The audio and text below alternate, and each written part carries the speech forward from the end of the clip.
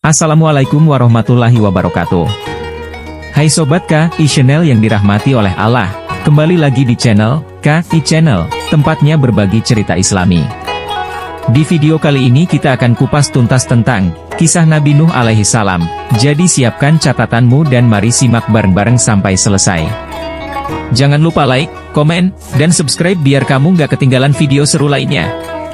Sahabat KI Channel yang dirahmati oleh Allah, Nabi Nuh adalah keturunan yang ke-10 dari Nabi Adam. Beliau diutus oleh Allah untuk memberi peringatan yang jelas kepada kaumnya dan menyeru kaumnya untuk menyembah kepada Allah, bertakwa kepadanya, karena pada masa itu banyak orang yang menyembah berhala dan dianggap sebagai Tuhan. Berhala itu ada yang bernama Wa'ad, Suwa'a, Yaguts, Yakub dan As. Waktu Nabi Nuh dalam berdakwah dalam menyeru kaumnya itu selama 950 tahun, sebagaimana firman Allah Subhanahu wa Ta'ala dalam Al-Quran Surat Al-Ankabut 14, dan sesungguhnya kami telah mengutus Nabi kepada kaumnya, maka ia tinggal di antara mereka 1000 tahun kurang 50 tahun. Maka mereka ditimpa banjir besar dan mereka adalah orang-orang yang zalim. Nabi Nuh berdakwah kepada kaumnya yang sudah jauh tersesat oleh iblis itu, mengajak mereka meninggalkan syirik dan penyembahan berhala dan kembali kepada tauhid menyembah Allah Tuhan sekalian alam, melakukan ajaran-ajaran agama yang diwahyukan kepadanya serta meninggalkan kemungkaran dan kemaksiatan yang diajarkan oleh syaitan dan iblis. Nabi Nuh menarik perhatian kaumnya agar melihat alam semesta yang diciptakan oleh Allah berupa langit dengan matahari, bulan dan bintang-bintang yang menghiasinya, bumi dengan kekayaan yang ada di atas dan di bawahnya, berupa tumbuh-tumbuhan dan air yang mengalir yang memberi kenikmatan hidup kepada manusia. Pergantian malam menjadi siang dan sebaliknya yang kesemua itu menjadi bukti dan tanda nyata akan adanya keesaan Tuhan yang harus disembah dan bukan berhala-berhala yang mereka buat dengan tangan mereka sendiri.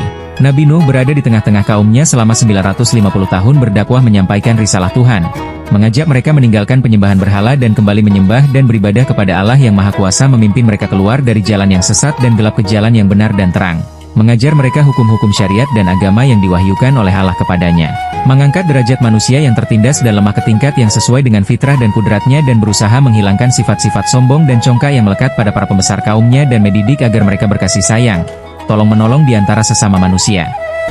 Akan tetapi dalam waktu yang cukup lama itu, Nabi Nuh tidak berhasil menyadarkan dan menarik kaumnya untuk mengikuti dan menerima dakwahnya beriman, bertauhid dan beribadah kepada Allah kecuali sekelompok kecil kaumnya yang tidak mencapai 100 orang. Walaupun ia betah melakukan tugasnya dengan segala daya usahanya dan sekuat tenaganya dengan penuh kesabaran dan kesulitan menghadapi penghinaan, ejekan dan cercaan makian kaumnya, karena ia mengharapkan akan datang masanya di mana kaumnya akan sadar diri dan datang mengakui kebenarannya dan kebenaran dakwahnya. Harapan Nabi Nuh akan kesadaran kaumnya ternyata makin hari makin berkurangan.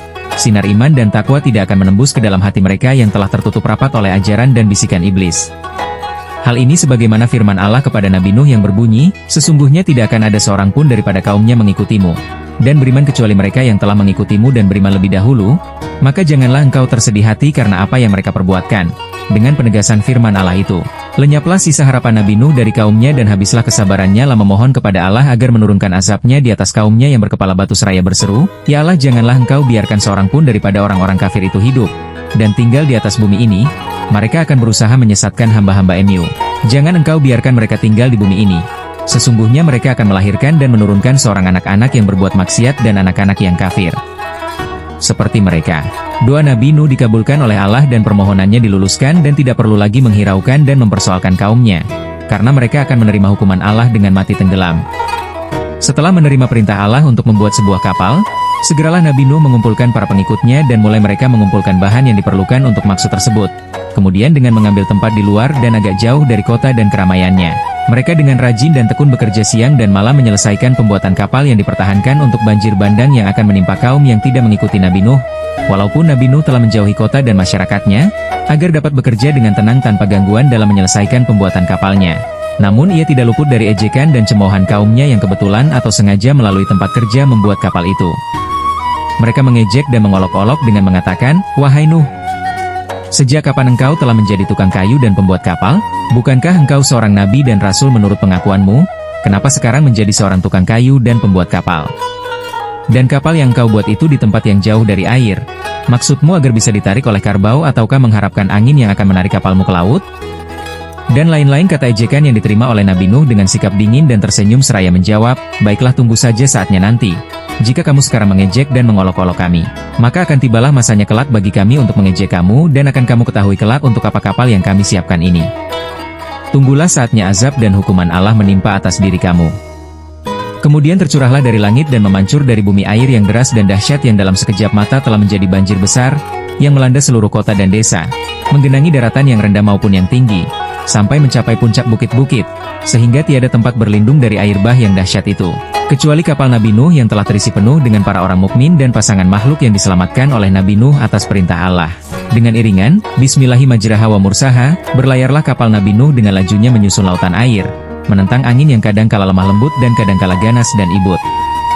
Di kanan kiri kapal terlihatlah orang-orang kafir bergelut melawan gelombang air yang menggunung berusaha menyelamat diri dari cengkraman maut yang sudah sedia menerkam mereka di dalam lipatan gelombang-gelombang itu.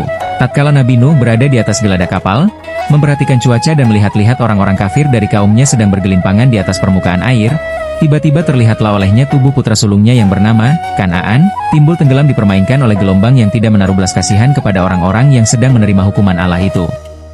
Pada saat itu, tanpa disadar, timbullah rasa cinta dan kasih sayang seorang ayah terhadap putra kandungnya yang berada dalam keadaan cemas menghadapi maut di telan gelombang. Nabi Nuh secara spontan, terdorong oleh suara hati kecilnya berteriak dengan sekuat suaranya memanggil putranya. Namun putranya menolak dan mati diterjang banjir. Nabi Nuh bersedih hati dan berduka cita atas kematian putranya dalam keadaan kafir tidak beriman dan belum mengenal Allah.